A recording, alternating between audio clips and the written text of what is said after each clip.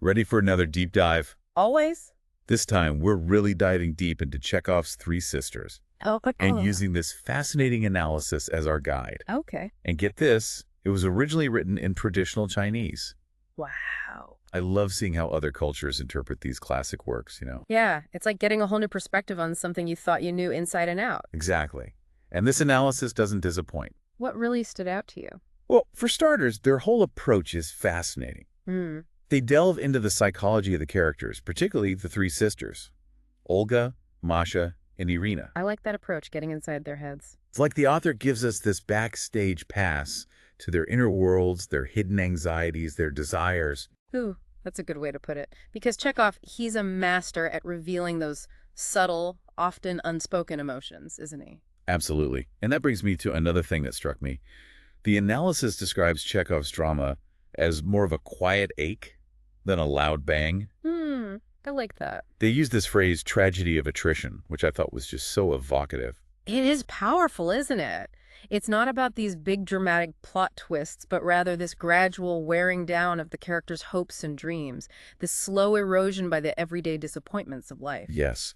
And the analysis points out how this attrition manifests in these really subtle details, like Olga's constant headaches, How I see it. or Masha's escape into poetry. Right, They're right. searching for meaning, for escape, but it's like they're slowly being suffocated by their circumstances. It's like that feeling of being stuck, you know? Like you're wading through quicksand and no matter how hard you try, you just keep sinking further down. That is a perfect analogy. Yeah. And that sense of being trapped is so central to the play, wouldn't you say? Absolutely. And it's not just about being physically trapped in their small town, but also emotionally trapped in their own lives. Right. And speaking of being trapped, Hmm. let's talk about the sisters' longing for Moscow. The analysis really digs into this, and I was wondering, what are your thoughts on Moscow as a symbol in the play? Well, it's clearly more than just a geographical location, wouldn't you say? Oh, absolutely. It's like this representation of their yearning for something more, for escape, for fulfillment. It represents everything they feel is missing in their lives. Exactly. And the source makes this interesting comparison to other playwrights like Ibsen and Wilde, who were known for their more plot-driven dramas. Right, with Chekhov, it's not so much about what happens externally, but rather the internal drama, the psychological unraveling that takes place within the characters. It's like watching their spirits slowly break down under the weight of their unfulfilled desires. Which makes it all the more heartbreaking, don't you think? Because it's something we can all relate to on some level. We've all had those moments where we feel stuck, unfulfilled, longing for something more. And that's what makes Chekhov so brilliant, his ability to tap into these universal human experiences. But before we get too deep into that, let's talk more about this idea of attrition, because I think it's really key to understanding the play, and especially the sisters' journeys throughout it. How does the source specifically connect it to their individual experiences? Well, let's start with Olga. She's the eldest sister, right? The responsible one. Always trying to do the right thing, to hold everything together. But she's also got this incredible sense of longing, especially when it comes to love and family. And then there's Masha, the middle sister, the one who feels deeply but often struggles to express it. She's trapped in this loveless marriage. And seeks solace in poetry and fleeting romances. Right, always searching for something more, something to ignite her soul. And then we have Irina, the youngest, Full of hope and idealism. at least at the beginning. But even her youthful optimism seems to fade as the play progresses. Exactly, and that's the tragedy of it all. These three women, each with their own unique dreams and desires, are slowly worn down by the disappointments and compromises of life. It's like their spirits are being chipped away bit by bit until there's nothing left but resignation and a sense of quiet despair. Precisely. And the analysis highlights how this attrition manifests in their relationships with each other as well. Oh, I see what you mean. It's like even though they're constantly together, they're not really connecting, are they? They talk at each other more than to each other. Exactly. They're so caught up in their own little bubbles of frustration and longing that they miss opportunities for genuine connection. It's tragic, but also, in a way, incredibly realistic. It is, isn't it? It's like Chekhov is holding up a mirror to our own lives, our own struggles to communicate, to connect. Whoa, okay. Now that is something to think about. It's like, even though the play was written over a century ago, it still speaks to these very modern anxieties, these feelings of isolation and disconnection that we experience even in today's hyper-connected world. Exactly. And the analysis actually touches on that, how Chekhov's plays have this timeless quality to them because they tap into these universal human experiences. Right. But, for a play that's so subtle and nuanced, Three Sisters is full of raw emotion, wouldn't you say? Oh, absolutely. And speaking of raw emotion, we have to talk about Chibudukin. The analysis makes this fascinating comparison between him and Lady Macbeth. Wait, really? That's unexpected. Jabuticon and Lady Macbeth. I know, right? But hear me out because the analysis makes a compelling case. They argue that both characters, despite their vastly different circumstances, are grappling with this overwhelming sense of guilt and denial. Both are haunted by their past actions. Right.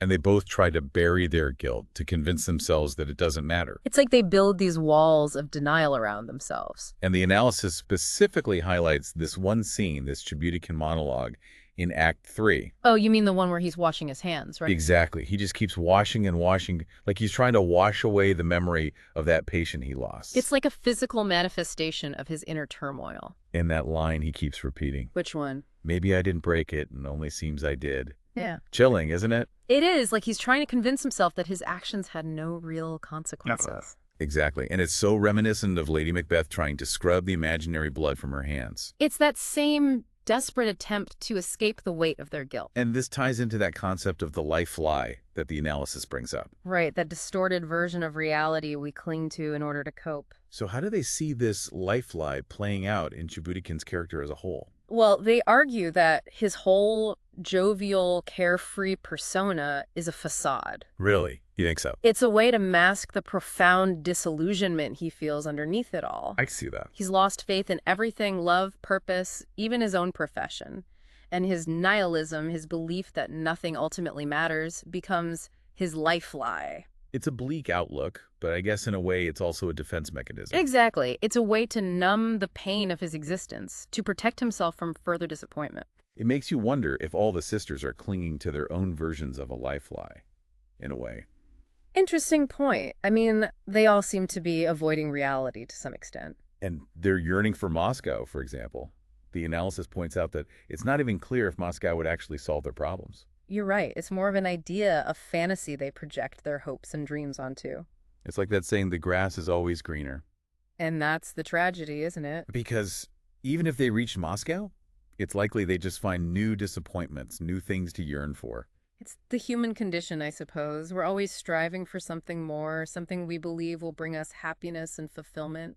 But even when we achieve our goals, that yearning never really goes away, does it? It's like it just shifts its focus. We're always searching for that elusive something that we're convinced will complete us. And that's where Chekhov's brilliance comes in. Absolutely. He captures that inherent human longing, that constant state of yearning, with such insight and compassion. But he also shows us the danger of getting too caught up in our fantasies, in our Moscows. Because we risk overlooking the beauty and meaning that already exists in our lives, right? Exactly. It's like that idea we talked about earlier, Chekhov's writing being like light ink watercolor. Oh, I love that comparison. So delicate, yet so full of depth and nuance. And it's in those subtle details, those quiet moments of longing and disappointment, that the real beauty of the play lies. It's like those watercolor washes, gradually building up a sense of depth and emotion. And that's what we need to pay attention to, those seemingly insignificant moments that Chekhov captures so perfectly. Because that's where the truth of the human experience lies, wouldn't you say? It's true. It's less about a specific place and more about what it represents. Exactly. This yearning for something more, for something different. Right. Their escape hatch. Totally. From the boredom, from the disappointments. And it's something we all do, right? Projecting our hopes onto something external. Thinking if we could just get to that one place or achieve that one goal, then everything would be okay. Yeah, then we'd finally be happy, right? But like you were saying, even if they did reach Moscow, it's not a guarantee of happiness. exactly, they might be disappointed. Exactly. They might get there and realize it's not what they built it up to be in their minds. And then what? They'd just find something else to yearn for, right? Probably. It's human nature, isn't it? Always chasing after that what if. Always searching for that elusive something that we think will complete us. And that right there, that's what makes Chekhov so brilliant, isn't it? He just gets it. He understands those deep-seated human longings, those yearnings that we all experience. And he's not afraid to show the potential downsides of that longing. Yeah, the way it can distract us from appreciating what we already have. Or even blind us to the beauty that's right in front of us. Exactly. Which brings us back to that beautiful image of Chekhov's writing as light ink watercolor. I love that we keep coming back to that. It's so fitting. Because it really is like those delicate watercolor washes, isn't it? Yeah. Building up these layers of meaning and emotion. And just when you think you've seen it all, you notice these subtle details, these little nuances that just add so much depth to the work as a whole. It's those seemingly insignificant moments, those stolen glances, those silences that speak volumes. That's where the real magic happens. Absolutely. So to anyone listening who maybe hasn't read Three Sisters in a while, or maybe ever, I encourage you to revisit it with fresh eyes. Pay attention to those quiet moments of longing and disappointment. Because that's where the truth and the beauty of Chekhov's work truly shines through. It's a play that stays with you long after you've finished reading it, I promise you that. And on that note, I think we've done a pretty good job of unpacking Three Sisters for today. I think so too. It's been a pleasure diving into this with you. Likewise. And a huge thank you to our listeners for joining us on this deep dive into Chekhov's world. Until next time. We'll see you then.